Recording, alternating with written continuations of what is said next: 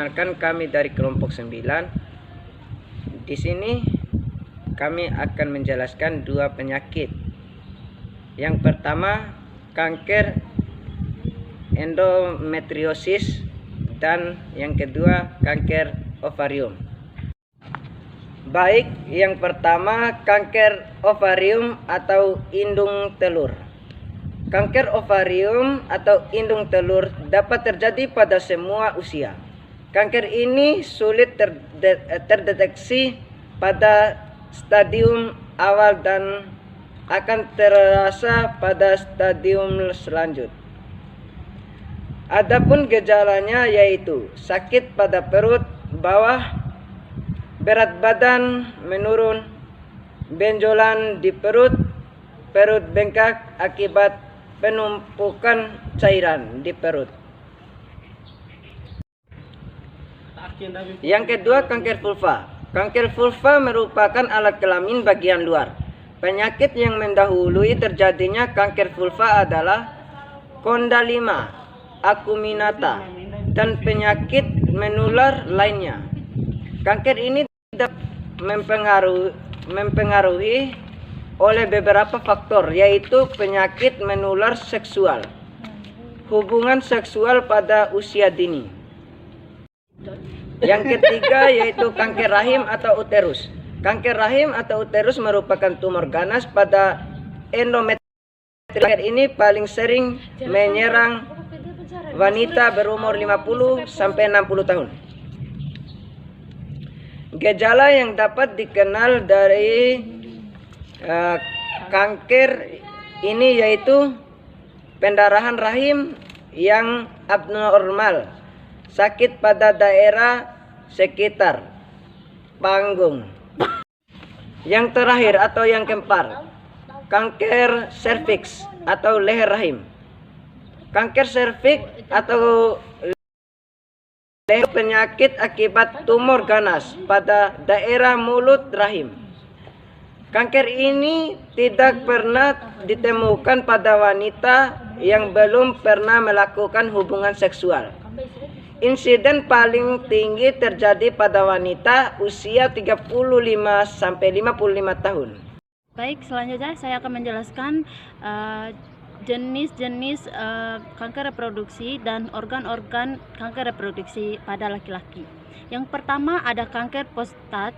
Kanker prostat adalah kanker yang muncul di prostat. Kondisi ini tidak selalu menimbul gejala pada tahap awal, namun seiring perkembangan penyakit, sejumlah gejala kanker prostat bisa muncul. Contohnya gangguan berkemih, darah pada semen, nyeri pada panggul, hingga disfungsi ereksi. Nah, yang kedua ada kanker testis. Nah, kanker testis adalah kanker yang terjadi di testis atau buah Baik, kita akan masuk pada pembahasan materi. Yang pertama ada kanker endometriosis. Nah, pengertian kanker endometriosis endometriosis adalah keadaan ketika sel-sel endometrium yang seharusnya terdapat hanya dalam uterus tersebar juga ke dalam rongga pulvis. Menurut Mary Baradero DKK 2015. Yang selanjutnya menurut Scott R. James DKK 2012, endometriosis merupakan suatu kondisi yang dicerminkan dengan keberadaan dan pertumbuhan jaringan endometrium di luar uterus. Jaringan endometrium itu bisa tumbuh di ovarium, tuba falopi, ligamen, pembentukan uterus, atau bisa juga tumbuh di appendix, kolon, ureter atau pelvis. Nah, selanjutnya kita masuk pada penyebab endometriosis. Nah, penyebab endometriosis ada 4. Yang pertama, retrogen menstruation. Nah, kondisi ini menyebabkan darah menstruasi tidak mengalir keluar, tetapi mengalir kembali melalui saluran tuba dan masuk ke rongga panggul. Sel-sel endometrium akan menempel pada dinding panggul dan terus menempel. Yang kedua ada transformasi sel embrio. Nah, ini hormon seperti estrogen dapat mengubah sel embrio menjadi implak sel seperti endometrium.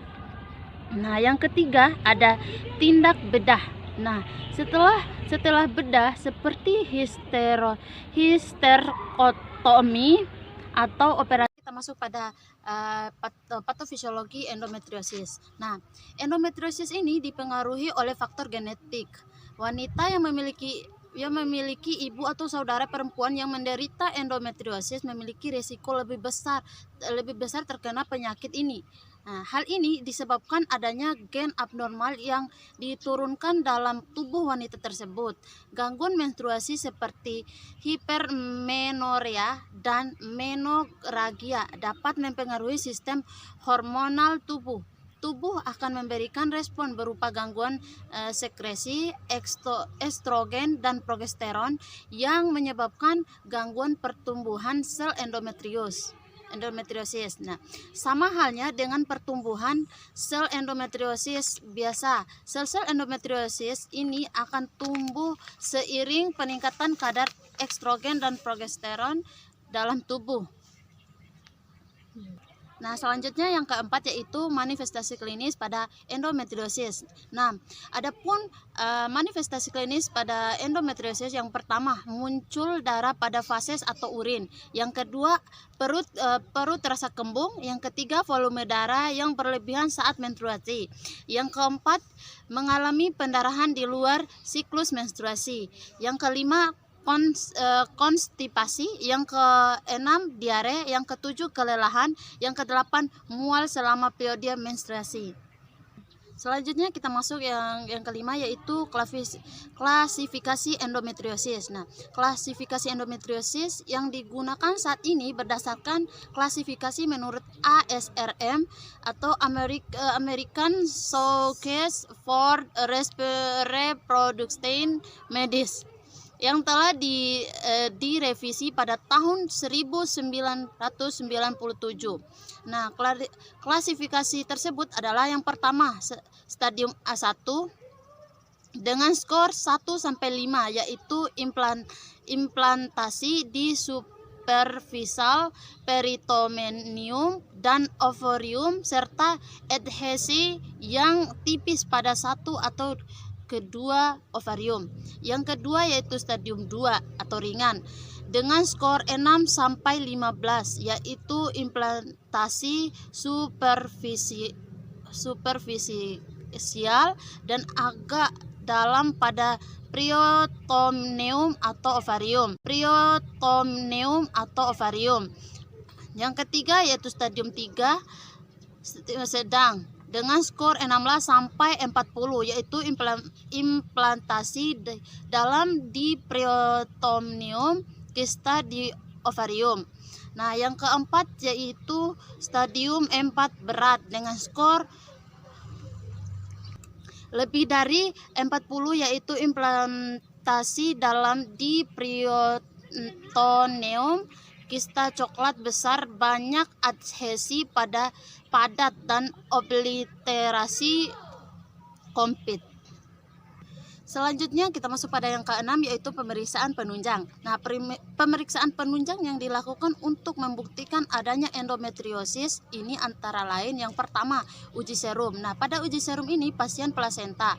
Nah, mungkin meningkat pada endometriosis yang mengalami infiltrasi dalam. Namun nilai klinis tidak diperhatikan. Yang kedua ada antibody endometrial, sensitivitas dan spesifitas berkurang. Yang kedua ada teknik pencitraan. Yang ketiga ada pembedahan memulai